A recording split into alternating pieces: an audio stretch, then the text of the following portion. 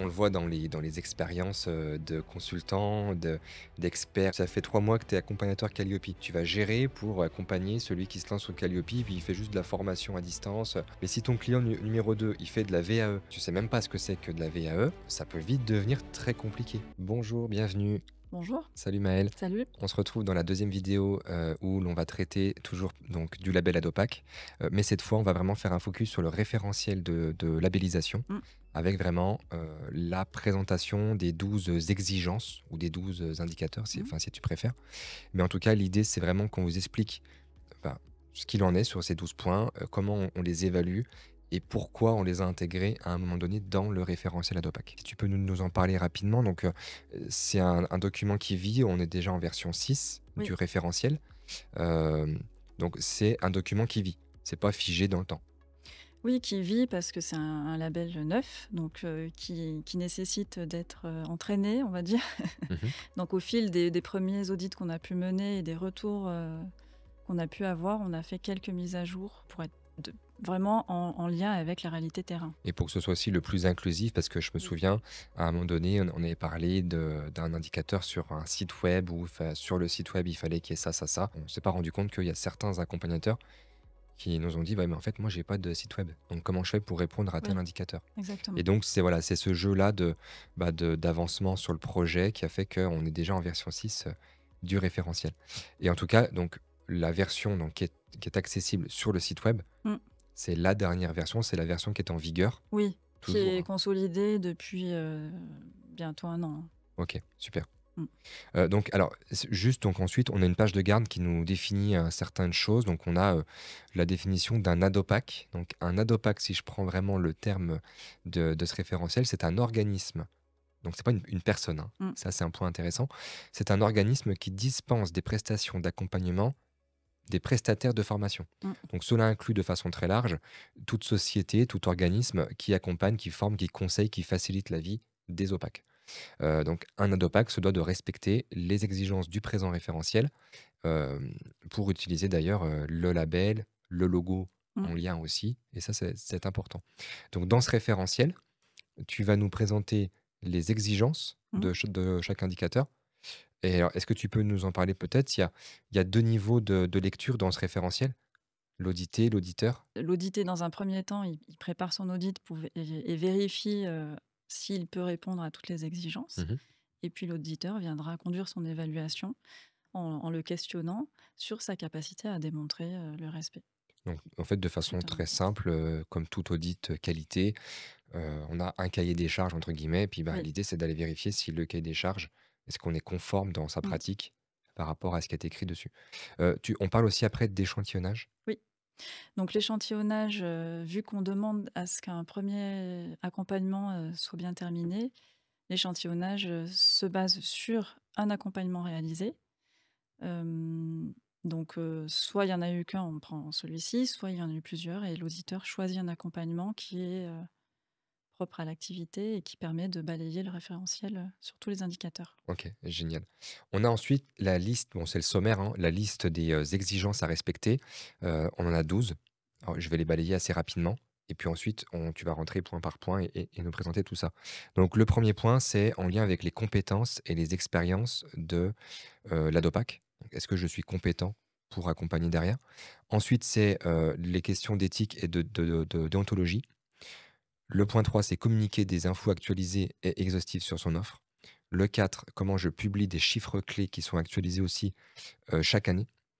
Le 5, le 6, le 7, c'est vraiment la stratégie, c'est comment j'analyse le besoin, comment derrière j'utilise des ressources pour préparer une prestation qui soit conforme à ce qui est demandé. Et le 7, c'est comment je mets en œuvre la prestation en m'adaptant et en effectuant aussi un suivi. Voilà. C'est très, en fait, c'est très classique au final, hein, c'est très simple, mais on part de choses qui sont simples, c'est du bon sens et on évalue le bon sens parce qu'on s'est rendu compte au fil de la pratique qu'il y a des choses qui se faisaient pas et on s'est dit: «Mais purée, mais ça, il faut le mettre sur le référentiel Mmh. Adopac» parce que même si c'est du bon sens, on n'a pas le choix, quoi. Ensuite, on a un indicateur sur le fait que l'Adopac doit pouvoir identifier les changements réglementaires, les nouveautés, tout ça et les analyser pour les communiquer ensuite à ses clients. Responsabiliser aussi ses clients quant à leurs obligations. Encourager ses clients à intégrer le handicap et la dynamique d'amélioration continue.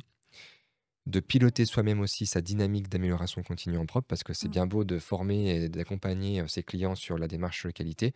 Si soi-même on n'en a pas, c'est le cordonnier le plus mal chaussé et c'est un peu dommage quand même. Et donc tout ça fait que alors en plus avec le respect aussi des règles d'usage, Mmh. du label, du logo, de la marque et autres, tout ça vient vraiment consolider, tout ce qu'on veut aller vérifier lorsqu'on passe un audit à Dopac. Mmh. Alors si on rentre un petit peu plus dans le sujet, donc on a un premier indicateur qui est tourné vers les compétences et les expériences. Est-ce que tu peux nous en dire plus sur le sujet? Oui, donc tout à fait, ben, ce qu'on attend d'un adopac, c'est qu'il ait les compétences, requises pour pouvoir mener des accompagnements, spécifiques donc auprès des OPAC et démontrer aussi qu'il ait des compétences, en matière de prise en compte des situations de handicap.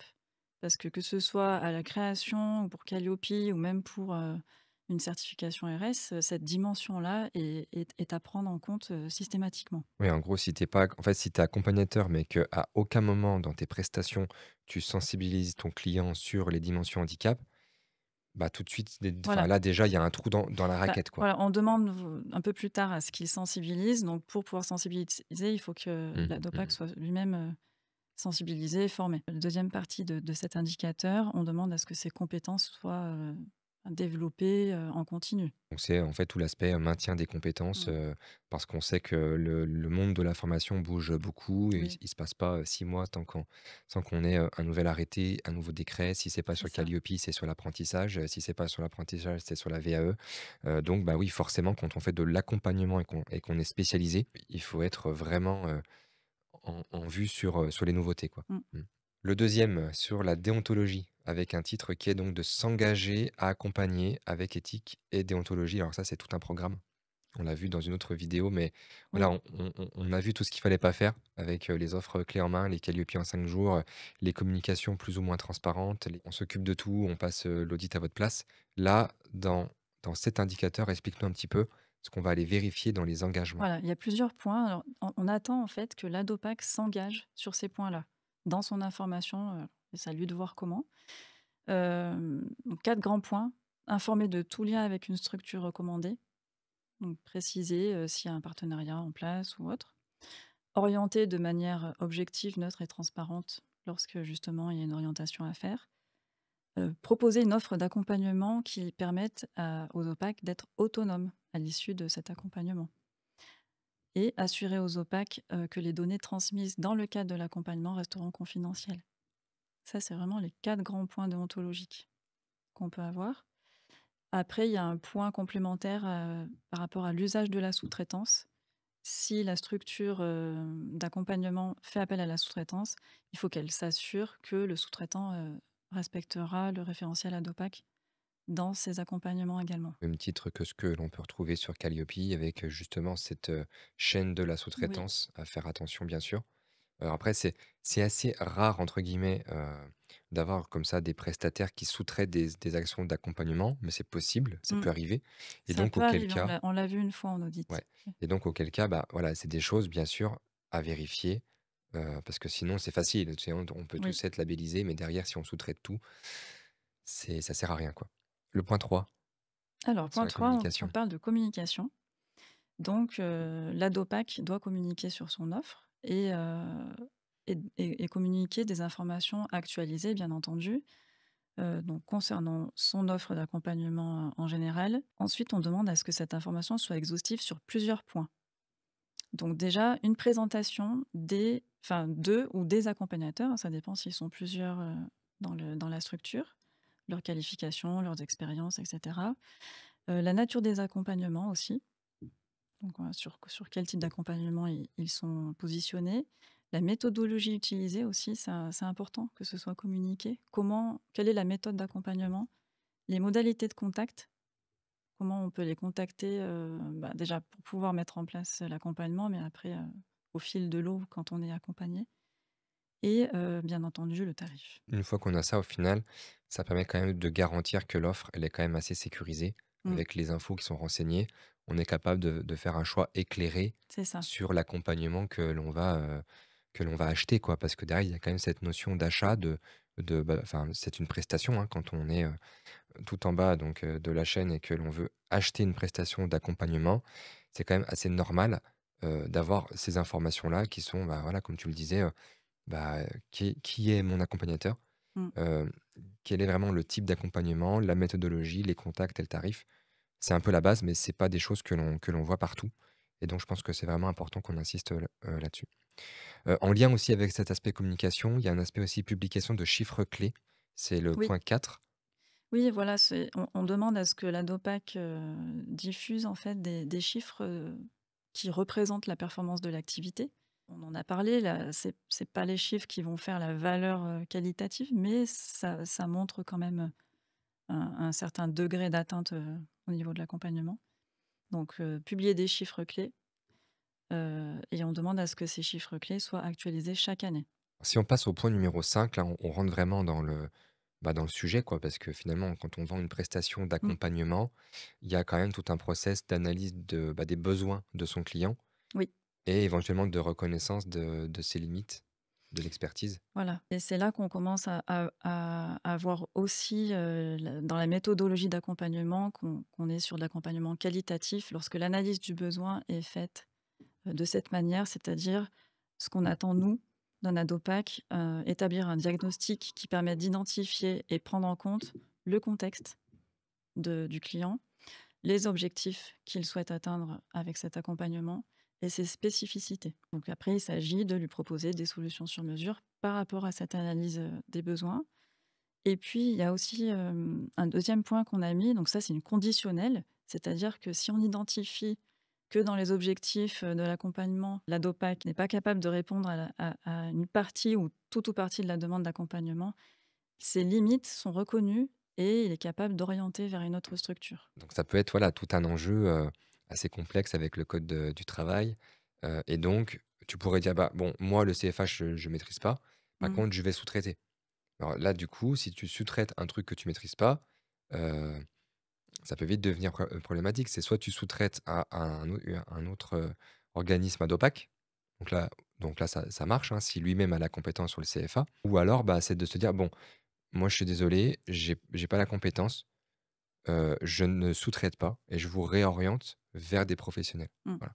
En fait, on recherche là-dedans, on évalue la responsabilité de l'entreprise à se dire: «Bon, OK, bon là, je vais pas closer, je vais pas signer un contrat malheureusement. Bon voilà, je reconnais les limites de mon expertise et je l'oriente vraiment vers des structures qui sont plus aptes». Voilà. Exactement. Et souvent, en fait, il y a ce biais-là quand on commence l'accompagnement. C'est quand on est formateur, c'est pareil. Tu démarres, tu es formatrice Excel, OK, tu fais du débutant et puis demain, tu en as un qui t'appelle pour du macro. Tu dis: «Ouais, ouais, OK, bah, je prends, je prends». Puis tu te dis que tu vas te former le week-end, sur YouTube à faire des trucs macro et en fait, bah, c'est difficile. Quand tu reconnais les limites de ton expertise, c'est très difficile quand tu es freelance, quand tu es en société et quand tu vends du conseil. Et c'est là où je pense qu'il y a vraiment un enjeu, sur Adopac. En fait, on le voit dans les expériences, de consultants, d'experts, de machin. Tu arrives, ça fait 3 mois que tu es accompagnateur Calliope. Alors super, tu vas gérer pour accompagner celui qui se lance sur Calliope, puis il fait juste de la formation à distance, de la formation continue. Mais si ton client numéro 2, il fait de la VAE, que tu sais même pas ce que c'est que de la VAE ou de l'apprentissage, heu ça peut vite devenir très compliqué Mmh. et les conséquences sont pas les mêmes. Parce qu'un Calliope formation, c'est pas le même qu'un Calliope VAE ou qu'un Calliope apprentissage. Parce que quand on accompagne, un un nouveau CFA sur l'apprentissage, il y a le code du travail derrière. Mmh. Alors je dis pas qu'il y ait pas sur la formation classique, parce qu'il y a tout plein de points à prendre en compte, mais quand même, on passe une étape. Ouais. Voilà et ça vraiment là, je pense que ouais, comme tu dis, l'indicateur 5, on rentre dans le sujet, on rentre vraiment dans à la fois déjà donc, bah, la posture liée vraiment à l'analyse du besoin, mais surtout derrière aussi à la posture liée à dire: «Bon, OK, je suis apte ou pas à répondre aux besoins». Une fois qu'on a fait tout ça, indicateur 6, on va parler des ressources. Oui, parce que pour pouvoir mener à bien un accompagnement, il est nécessaire d'avoir des ressources pour pouvoir répondre à leurs questions, à leurs demandes, d'accompagnement. Donc il s'agit d'avoir des ressources, à disposition qui soient aussi actualisées puisque en lien avec les évolutions diverses, Mmh. Oui, on peut pas vendre un accompagnement, juste, comme ça dans le vent, il faut forcément des ressources. C'est pas juste, on se connecte en visio avec le client, 1 heure, par semaine et puis on fait du coaching. Non, c'est pas ce qui est demandé, enfin, c'est pas du moins l'indicateur en lien là avec Adopac. C'est l'idée, c'est que le client, quand il travaille avec un Adopac, c'est que l'Adopac puisse lui fournir les ressources nécessaires pour mener à bien sa mission. Indicateur 7, la mise en œuvre de la prestation. Oui, voilà, donc l'analyse du besoin a été faite, on a les ressources pour mener à bien l'accompagnement et on met en œuvre la prestation. Donc on est vraiment dans le suivi. Ici, c'est ce qu'on attend, un suivi vraiment personnalisé. Donc on demande 3 points, principaux: instaurer une collaboration étroite avec les OPAC, donc tout au long du processus d'accompagnement, assurer un suivi personnalisé et donc pour pouvoir assurer ceci, mettre en place des dispositifs qui permettent la communication entre l'OPAC et l'ADOPAC et l'OPAC. Et bien entendu, qui dit, mettre en œuvre la prestation, c'est aussi s'adapter aux évolutions, des OPAC si toutefois, ils ont un contexte qui change pendant l'accompagnement, voilà, toutes sortes d'adaptations possibles.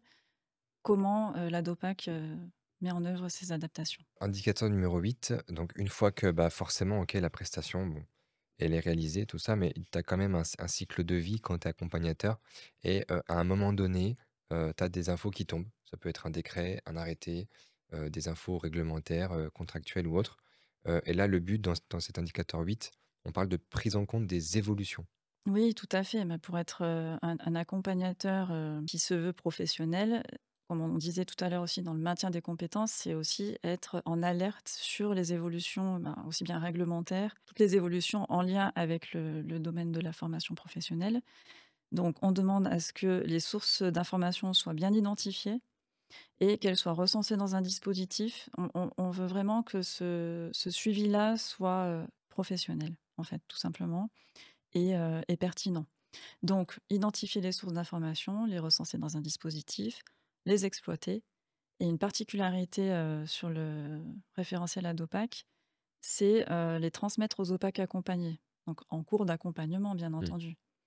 Donc, c'est-à-dire que si moi j'ai un accompagnement qui s'échelonne sur 2 mois, qui a une évolution très importante liée au contexte de l'entreprise accompagnée, je lui transmets l'info qui lui sera nécessaire. J'ai un exemple là-dessus, demain, tu as le guide de lecture Calliope qui passe en version 10. Ouais. Si tu es un bon accompagnateur, si tu es un bon adopac, là, tout de suite, bah, oui, enfin, bah, branle-bas de combat, tous tes clients en cours que tu accompagnes pour les prestations d'audit, tu vas les sensibiliser et surtout les informer sur cette nouvelle version. Leur expliquer aussi peut-être, les critères d'applicabilité. Est-ce que la version en cours, elle est encore, bah, est-ce qu'elle est encore possible et jusqu'à quand chez Mmh. les certificateurs? À partir de quand l'AV10 rentre en jeu? Voilà, Quelles sont les nouveautés? Enfin, l'impact sur et cette, ouais, et ça, c'est quand même mmh, énorme et on l'a vécu nous, en tant que certificateur Calliope, je sais pas si tu te souviens, avec l'arrivée des V8 et V9 mmh. et on arrive en audit et en fait, on a des personnes qui nous disent: «Ouais, non, mais là, moi, je suis encore en V7». Enfin, attendez, non, enfin, alors déjà, nous, en tant que certificateur, on communiquait et on communique toujours, c'est une obligation, sur le programme de certification Mmh, avec la version en vigueur et s'il y a une nouvelle version, on communique aussi sur, celle-ci avec la date d'applicabilité. mmh. Mais derrière, c'est aussi bah, voilà, si vous êtes, client et que vous payez un accompagnateur, c'est aussi pour que lui, vous informe sur ces nouveautés. On parlait beaucoup tout à l'heure de responsabilité en lien avec, l'ADOPAC. On a un point dédié, donc c'est l'indicateur 9 sur la responsabilisation. Oui, Est-ce que tu peux nous en parler? accompagner un OPAC, c'est pas seulement l'accompagner, sur, ses objectifs, mais c'est aussi le responsabiliser sur tout ce qui peut être annexe à ce dans quoi il s'engage, on va dire. Aussi bien dans le cas d'une création d'OF, derrière, il y a des responsabilités qui vont lui incomber, que pour Calliope. Voilà, toutes ces responsabilités doivent être, délivrées à un certain niveau d'information. C'est ce qu'on attend des aides OPAC. On a un indicateur numéro 10 qui est la Oui. sensibilisation.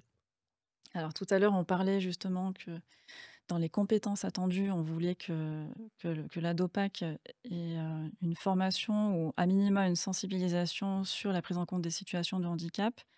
Pourquoi? Parce que dans cet indicateur-là, on attend à ce que, le contenu de la prestation comprenne une dimension handicap. Donc encourager les OPAC à intégrer la dimension handicap dans leurs activités. Ensuite, encourager les OPAC aussi à adopter une démarche, d'amélioration continue. Et oui, parce que forcément, c'est un point clé sur Calliope, mais Oui. enfin, enfin, là, je te rejoins là-dessus, c'est que souvent, on voit en audit de surveillance ou de renouvellement des OPAC qui ont été accompagnés, donc qui sont certifiés Calliope et en fait, ils arrivent à l'indicateur 32, ils ont pas conscience de, bah, de la responsabilisation que ça a quand on est Calliope. Mmh. Parce qu'être Calliope, c'est pas juste, à l'instant T, lors de l'audit initial: «Je suis Calliope, ça y est, derrière, je peux aller au financement». On doit démontrer quand on est Calliope qu'on a toute une démarche d'amélioration continue avec l'indicateur 30, Voilà, 31, qui 32 vit dans le temps. et voilà, qui Mmh. vit dans le temps et on s'est rendu compte de ça et c'est pour ça qu'on a dit qu'un bon accompagnateur, une bonne démarche d'accompagnement, un bon processus, c'est vraiment, bah, c'est d'intégrer dans sa prestation cette thématique-là. Mmh. Ah ouais et ça, c'est sûr. Aussi, il y a cet indicateur numéro 11 qui est la dynamique d'amélioration parce que, vendre, de la prestation et puis sensibiliser les autres à l'amélioration, c'est bien, mais se l'appliquer à soi-même, c'est mieux. Voilà. Donc Donc ça, c'est c'était l'enjeu du vraiment, 11. obligatoire. On est Dynamique vraiment dans d'amélioration. un pilotage, c'est-à-dire qu'on attend à ce qu'il y ait un vrai dispositif qui soit mis en place. Donc déjà, dans un premier temps, recueillir les retours, des OPAC, accompagnés. Ça, c'est le minimum pour pouvoir aussi s'améliorer.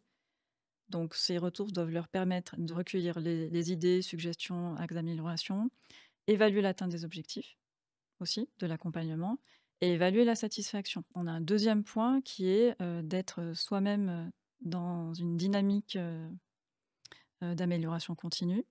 Donc en identifiant soi-même les axes d'amélioration potentiels ou à partir des Mmh. retours, hein, et on demande à ce qu'un plan d'action soit établi pour chaque axe d'amélioration identifié, avec au moins la description de l'action et l'échéance. Voilà, on est vraiment dans du pilotage qualité. Oui, ça puis ça paraît logique, en fait, au final, on peut pas enfin, comment on peut dire, «Je suis accompagnateur», sur, les démarches en lien avec la formation pro si soi-même on s'applique pas Mmh. ce que l'on délivre dans notre prestation? Pour terminer, on va aussi parler du respect du règlement de communication. Oui. Donc une fois labellisé, vous recevez, bien entendu un label. Donc déjà à afficher, comme on disait, sur le site internet ou sur la page professionnelle.